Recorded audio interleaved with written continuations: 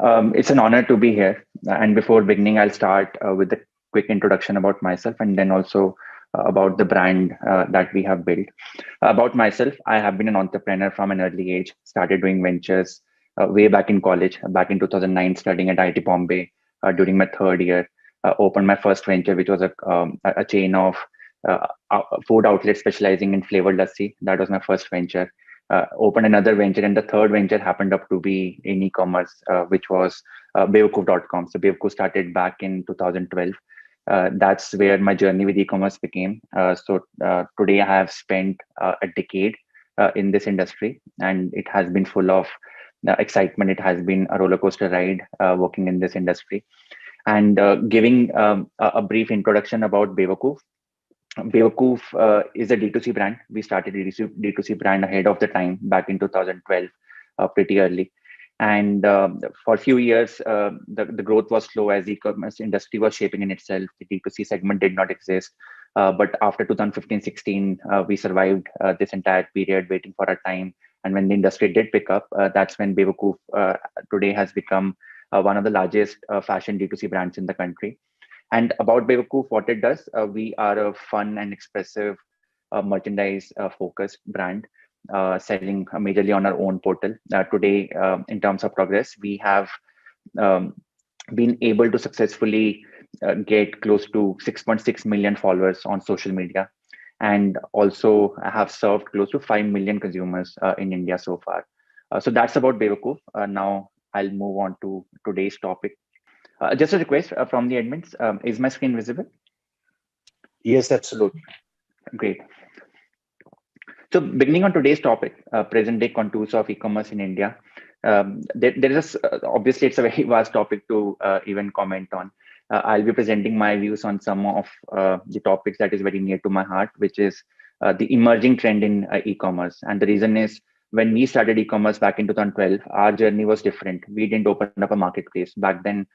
In e-commerce, marketplace was the only existing and only successful model, and we started a model called D2C back then. And today, sitting in 2022, again, I'm sure the world is not going to be just about e-commerce marketplaces, and it's not going to be entirely not about the D2C also.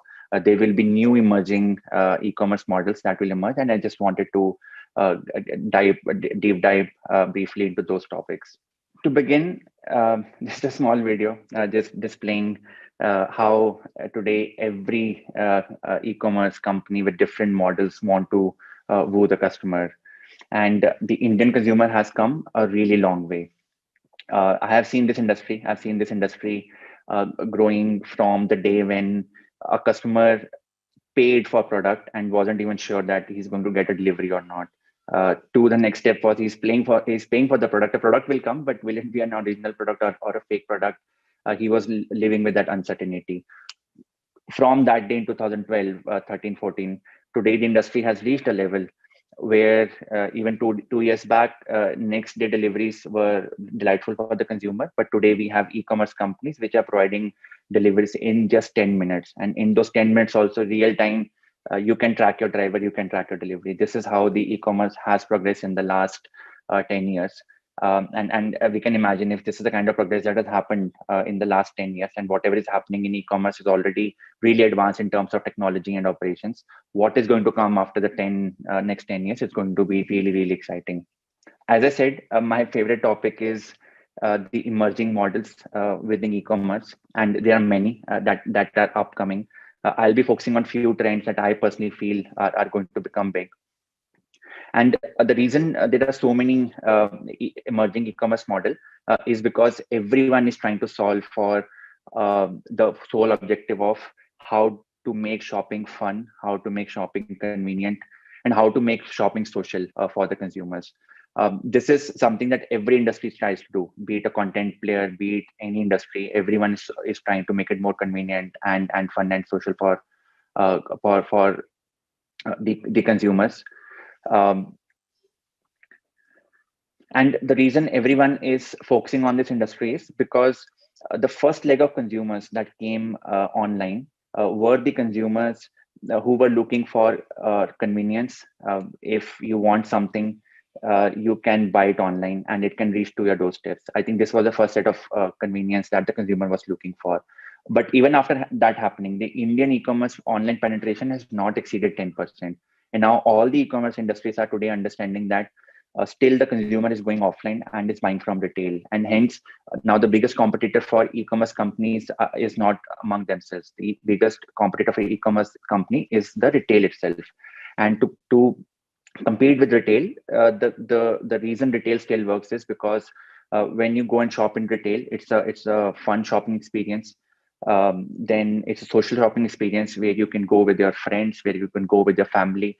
So now all the e-commerce companies are looking at every joy, every delight that the consumer is getting in retail, in offline world. How can we replicate it online? And not just that, how can we build on the improvement in technology, the improvement, how to use video commerce as an example, how to use technology to come out with more and more delightful experiences.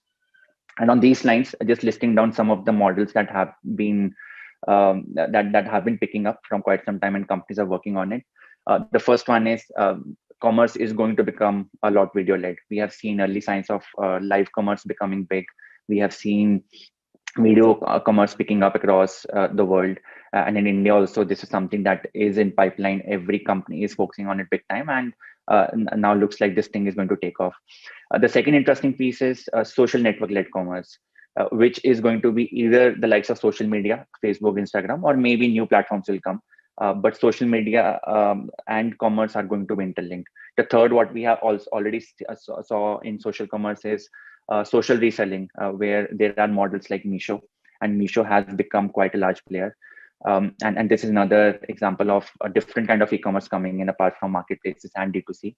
The fourth one, which is again brewing right now, is a big one. It's conversation-led commerce. WhatsApp is opening up its API and it's opening up its API shopping, and and um, and this segment in itself will present a large opportunity for brands to start building on this. The fifth one is group buying. As I said, one great thing about retail was you can do social shopping, where you can go, you can buy with the family, you can do group buying. But this is something that benefit e-commerce has not provided, and again, this is something that is picking up.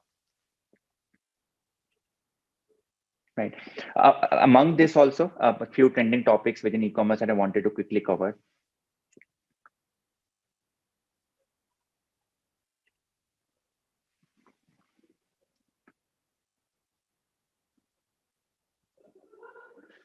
So this particular topic, I think, is really relevant, and a lot of digital marketers will be able to understand what this video means. What happened a few months back was Apple disabled tracking for some of the social media apps, and generally for the third-party app ecosystem, where uh, there were restrictions to cookies. There was disabling on a lot of tracking that the companies did. What had happened in the past is, in the last 10 years, one reason e-commerce company picked up, if you see the journey of e-commerce growth, was in parallel to the social media growth. And while social media was growing big, one thing that social media provided was, with their tracking, you can target people better when it comes to ad. You can retarget them better. And this was one reason why Facebook and some of the social media companies became really, really big, because of their ability to target the right consumer across touch points on internet. But with Apple bringing in that restriction, this is one thing that has really restricted their growth in terms of the advertisement revenue. And apart from the general trend of social commerce and e-commerce is going to mix, and this is what we also call as social commerce. This has become another incentive for the social media companies to look at the commerce model at priority, and want they would like to bring it at par with the advertisement model also. And this is what the future will look like, where it will be highly integrated social media and e-commerce experience. And a lot of our shopping might end up happening on Facebook, Instagram, TikTok. And not just that, maybe today our assumption is that maybe some of the existing social media companies might start doing commerce and become big at it, but not necessary. This is a tweet a few years back by one of the really good tech analyst, Benedict Evans. And what he wrote was, if Amazon is a Google for products, where is the Facebook for products? And maybe the Facebook of product is not itself Facebook, and that's where there's opportunity for a lot of new e-commerce companies to come in and provide discovery-led experience.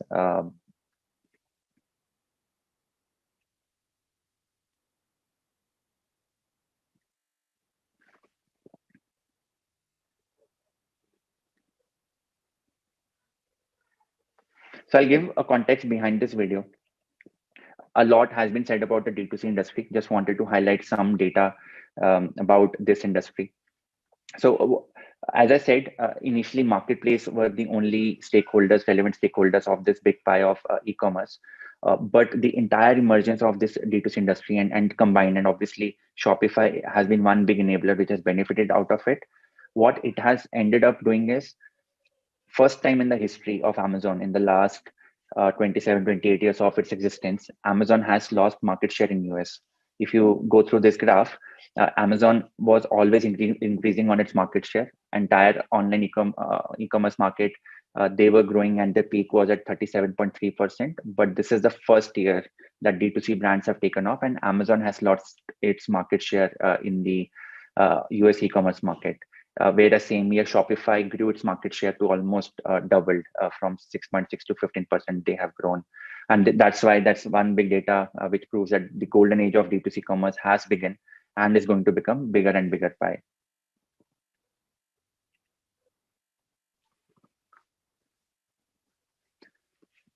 So before beginning on this topic, since today's forum is also is also focused on marketing, I think any marketing forum is incomplete without the talk of customer acquisition cost, and I'm sure a lot of marketers and digital marketers especially will be able to relate to it.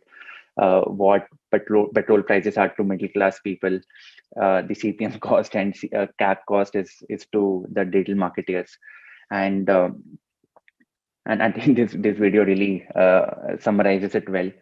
Every marketing folk will be able to relate to this piece. Okay, for some reason it's not playing.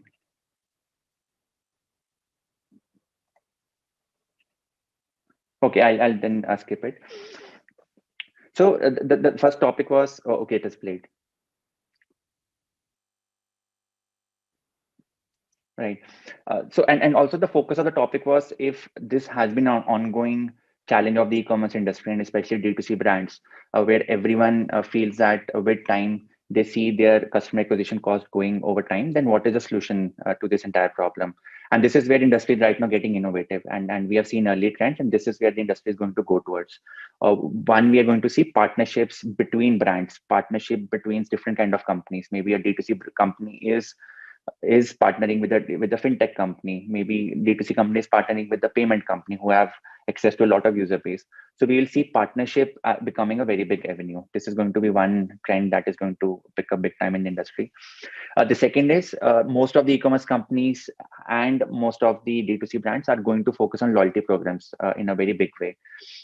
And we have seen the success of Prime. The moment you have brought the Prime membership, your default go-to platform becomes the where you have brought the membership, and then you don't really rely on Facebook or Google ads to click and go and buy. The moment you have bought membership, whenever you need a product, you yourself use the app, you directly go, and in between you're not paying the acquisition cost to Facebook or Google's of the world.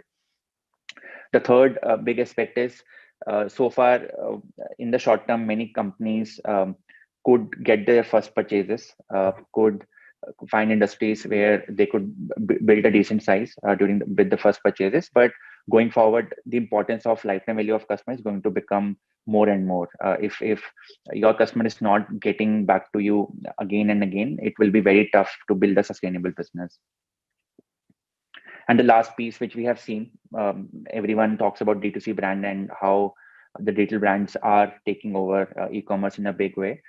But also, if we look at the poster boys of all the D2C brands, if you see, most of them have built omni-channel brands.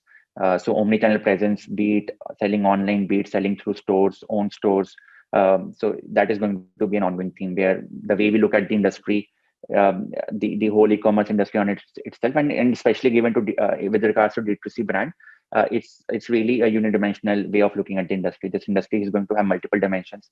Definitely, a lot of brands will start their journeys online, but they are not going to restrict themselves online. And true growth from them is going to come when they become omni-channel.